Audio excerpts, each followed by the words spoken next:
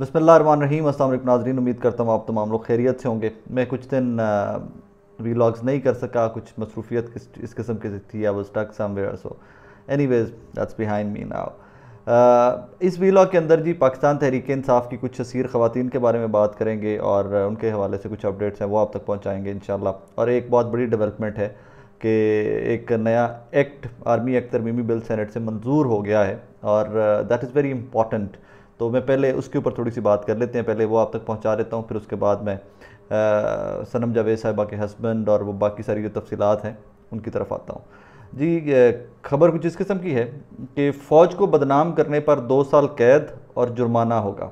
Army act तरमीमी bill senate से मंजूर। आर्मी एक्ट 1952 में तरमीम का बिल सेनेट से मंजूर कर लिया गया। बिल के मतन के मुताबिक फ़ौज के ख़िलाफ़ इंकशाफ करने वाले ऑफिशियल सीक्रेट और आर्मी एक्ट के तहत निपटा जाएगा।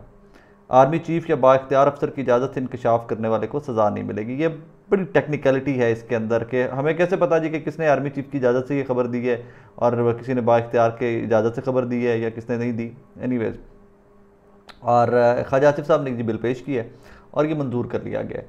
इसके आगे यह है कि जी बिल के मुताबिक सरकारी हैसियत में मुल्क की सलामती मफाद में हासिल मालूमात के गैर मजाज इंकशाफ पर 5 साल तक सज़ा दी जाएगी। फ़ौज को बदनाम करने या इसके खिलाफ नफरत अंगेज़ी फैलाने पर 2 साल कैद और जुर्माना होगा। इसमें आगे इलेक्ट्रॉनिक क्राइम जो है वो बड़ा ये सबसे इंपॉर्टेंट मेरे नज़दीक इस बिल के अमेंडमेंट्स में से सबसे इंपॉर्टेंट ये पार्ट है कि बिल के मुताबिक इलेक्ट्रॉनिक क्राइम में मुलव्विस शख्स जिसका मकसद पाक फ़ौज को बदनाम करना हो तो इसके खिलाफ इलेक्ट्रॉनिक क्राइम के तहत कार्रवाई होगी और ये जनाब आर्मी एक्ट जो है उसके तहत भी कार्रवाई होगी इसमें आके। ये बड़ा इंपॉर्टेंट है।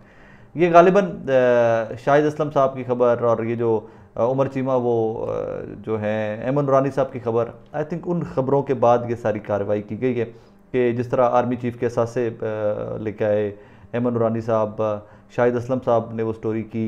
सो इन तमाम लोगों ने जो वो डिटेल्स सामने लेके आए थे उनके ऊपर ये मुझे लगता है कि ये अमेंडमेंट बिल आया है। यहाँ पर सवाल चंद हैं वो ज़रूर पूछे जाने चाहिए कि ठीक है आर्मी का मोराल डाउन होता होगा, सीक्रेसी रखना कोई पर्पस होता होगा, लेकिन जिस तरह बाकी सिविलियंस की, जिस तरह बाकी सियासतदानों के असासे चेक किए जा सकते हैं, वैसे तो आई थिंक आर्मी को खुद से ही फिर एक कोई पैरामीटर बना लेना चाहिए कि इस तरह के तमाम तरह असासे जो हैं वो चेक किए जा सकें।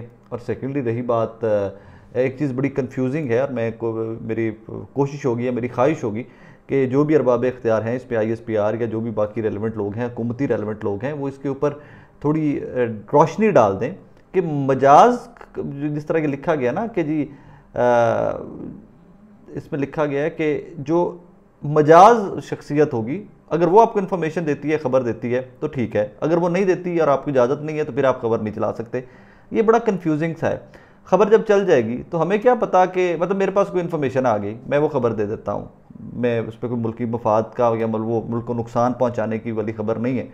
लेट से कि कोई जी रिटायर्ड जनरल साहब हैं, उनके एहसास से या उनका बिज़नेस के बारे में कोई बहुत बड़ी खबर आ जाती है या उनके कुछ पॉलिटिकल मोटिव्स के बारे में बहुत बड़ी खबर आ जाती है, तो क्या उसके ऊपर वो खबर देना जस्टिफाइड है या जस्टिफाइड नहीं है? इसके ऊपर अभी एम्बिग्विटीज़ हैं, इसके ऊपर अभी मुझे लगता है वजाहत वक्त के साथ साथ आनी चाहिए और मज़ीद आएगी। मैं प्रैक्टिकल से मिसाल भी देता हूँ। जनरल रिटायर्ड फैज़ साहब के ऊपर बड़ी तनकीद की जाती है सियासी जमात की जानिब से। एक सियासी जमात जनरल रिटायर्ड बाजवा साहब के ऊपर बड़ी तनकीद करती है। तो अब इनके ऊपर तनकीद करना क्या फ़ौज के ऊपर तनकीद काउंट किया जाएगा? ये मैं इस पर थोड़ा सा कन्फ्यूज़ हूँ एंड आई एम श्योर कि इन डेज़ टू कम इसके ऊपर मज़ीद वजाहत जो है वो आएगी हुकूमती ऐवानों की जानिब से और इसको मज़ीद आम लोगों के लिए ब्रीफ कर दिया जाएगा, क्योंकि इसके ऊपर सबसे ज़्यादा जिस निर्गे में आना ही आम लोगों ने है। क्योंकि भाई आपने सोशल मीडिया जो है ना इलेक्ट्रॉनिक क्राइम्स एक्ट, उसमें भी सारा अमेंडमेंट करके उसको भी इसमें शामिल किया हुआ है कि अगर आप ट्विटर के ऊपर, फेसबुक के ऊपर, व्हाट्सएप ग्रुप के अंदर भी कोई इस तरह की इन्फॉर्मेशन पास ऑन हो रही है तो उसमें भी 2 साल की कैद और 5 साल की कैद हो सकती है लोगों को। लिहाजा इसमें आम लोगों को ज़्यादा अवेयरनेस की ज़रूरत है। खैर आगे चलिए। तो जी कुछ इन्फॉर्मेशन जेल से आई थी, मैंने आपको पहले भी बता चुका हूँ कि लोग मेरे से पूछ रहे थे कि इन्फॉर्मेशन आती कैसी है। तो भाईजान जेल में से इन्फॉर्मेशन आने के बहुत सारे तरीके होते हैं।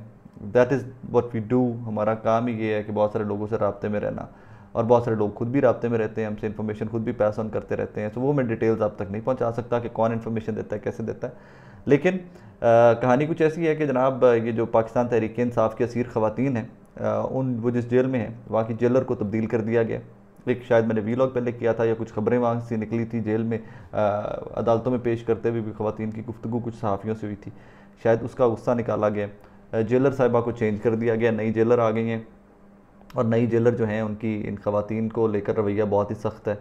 शायद उनको लगाई इसलिए गया कि आपने सख्त तरीन रवैया रखना है, तो उनका रवैया बहुत ही सख्त है। डेवलपमेंट बड़ी ये है कि इनकी जो जेल का सेल था इन ख़वातीन का, सनम साहिबा का, यास्मीन राशिद साहिबा का, आलिया हमजा साहिबा का, खदीजा शाह साहिबा का, तैयबा राजा साहिबा का, इन 5 ख़वातीन की स्पेसिफिकली कॉज इनको एक सेल में रखा गया, तो इन 5 ख़वातीन का जो सेल है वो चेंज कर दिया गया है, वो मज़ीद छोटे सेल में उनको शिफ्ट कर दिया गया है। वहाँ पर जो उस सेल के अंदर एक बड़ी डेवलपमेंट ये है कि जेलर साहिबा ने या जेल के अमले ने या जिस किसी ने भी या अथॉरिटी ने ऑब्वियसली कानून के तहत किया होगा, लेकिन जिच करना भी हो किसी को तो कानून के तहत भी बहुत सारा जिच किया जा सकता है। तो उन्होंने इनके सेल के अंदर 2 ख़वातीन हैं उनको भी साथ बंद कर दिया है, और वो 2 ख़वातीन हैं ड्रग एडिक्ट, नशई ख़वातीन हैं। मुबैना तौर के ऊपर जो मेरे पास इन्फॉर्मेशन ये आई है कि वो ख़वातीन जो हैं वो ड्रग एडिक्ट हैं, वो नशा करती थी, तो उनको बंद कर दिया गया इन 5 ख़वातीन के साथ। अब वो 7 लोग उस सेल के अंदर रह रहे हैं। सेल बहुत छोटा है, सेल के हालात जो बताए गए हैं बहुत मखदूश हैं, बहुत बुरे हालात हैं। और अब ये 2 जो ख़वातीन हैं जो ड्रग एडिक्ट हैं उनको बंद करने का बजाय पर्पस यही था कि तंग किया जाए, इनको एनॉय किया जाए, जिच किया जाए। अब कहानी ये है कि वो दोनों ख़वातीन जो हैं वो सारा दिन सोती हैं क्योंकि ड्रग एडिक्ट हैं, और सारी रात वो जागती हैं और चीखें मारती हैं, और सारी रात वो जगाए रखती हैं बाकी 5 ख़वातीन को भी। इससे आगे मज़ीद कुछ तफसीलात हैं, वो बहुत गैर अखलाकी सी तफसीलात हैं, हाइजीन को लेकर और वो सारी तफसीलात हैं। मैं वो ऑब्वियसली मैं I would want to discuss that, but साफ़ सफाई को और हाइजीन को और वहाँ पर जो मामलात हैं उनको लेकर बहुत सारी तफसीलात आई हैं, जो कि मुझे ज़ाती तौर पर लगता है कि वो ज़्यादा उनके ऊपर एम्फसाइज़ नहीं किया जाना चाहिए। बहरहाल जी ये तो कहानी है कि जैसे जैसे ख़बरें वहाँ से आ रही हैं वैसे वैसे वहाँ पर सख्तियाँ भी बढ़ती जा रही हैं। साइकोलॉजिकल ट्रामा से वो पहले गुजर रही हैं, महीनों उन तमाम ख़वातीन को पहले अंदर हो गए हैं, उनके केसेस अभी तक नहीं लगे हुए। आपने वहाँ पर उनकी जो रेलेवेंट लॉयर हैं खदीजा सिद्दीकी साहिबा, उनको आपने देखा होगा, अपडेट्स उनके आते रहते हैं कि जनाब जो बेंच था वो बेंच गायब हो गया वह वेबसाइट से, जिस बेंच ने इन ज़मानतों के ऊपर कुछ ख़वातीन की केसेस के सुनने थे, समाअत करनी थी, आलिया हमजा साहिबा, खदीजा शाह साहिबा वाला, और वो बेंच ही जो कॉज लिस्ट है उसमें से गायब हो चुका हुआ है। सो देखिए कब ये डिलेइंग टैक्टिक्स हो सकते हैं, या प्रेशर इतना हो सकता है, वो वर्कलोड प्रेशर इतना हो सकता है, कितने ज़्यादा केसेस हैं, एज़ वी ऑल नो बहुत ज़्यादा केसेस हैं, या अभी जो चालान हैं और जो सारी इंक्वायरीज़ हैं वो मुकम्मल नहीं होंगी। ये पुलिस के पास 1001 तरीका होता है डिलेइंग करने का।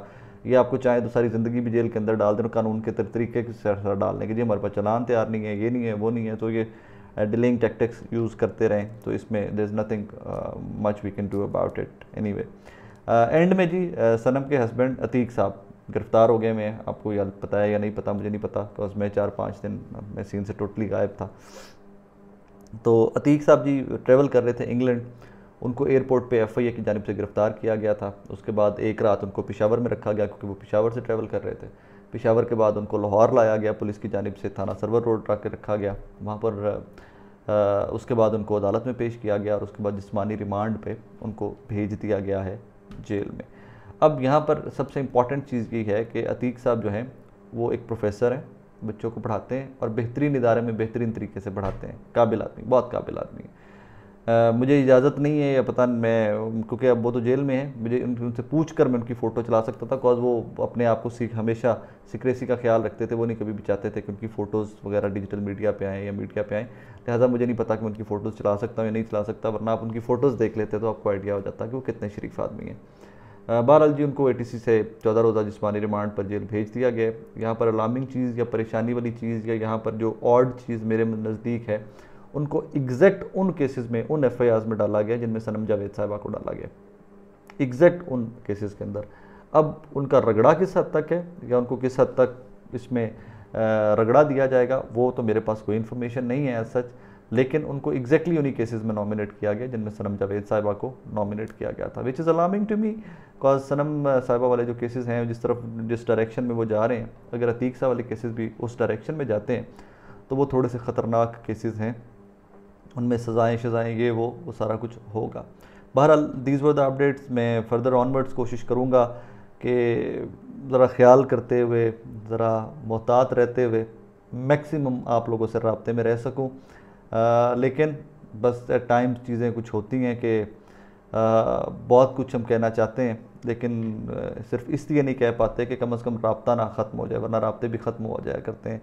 सो अल्लाह पाक खैर करे, आसानियाँ करे सबके लिए इंशाल्लाह। दुआ में याद रखिएगा। इजाज़त दें, अल्लाह हाफ़िज़।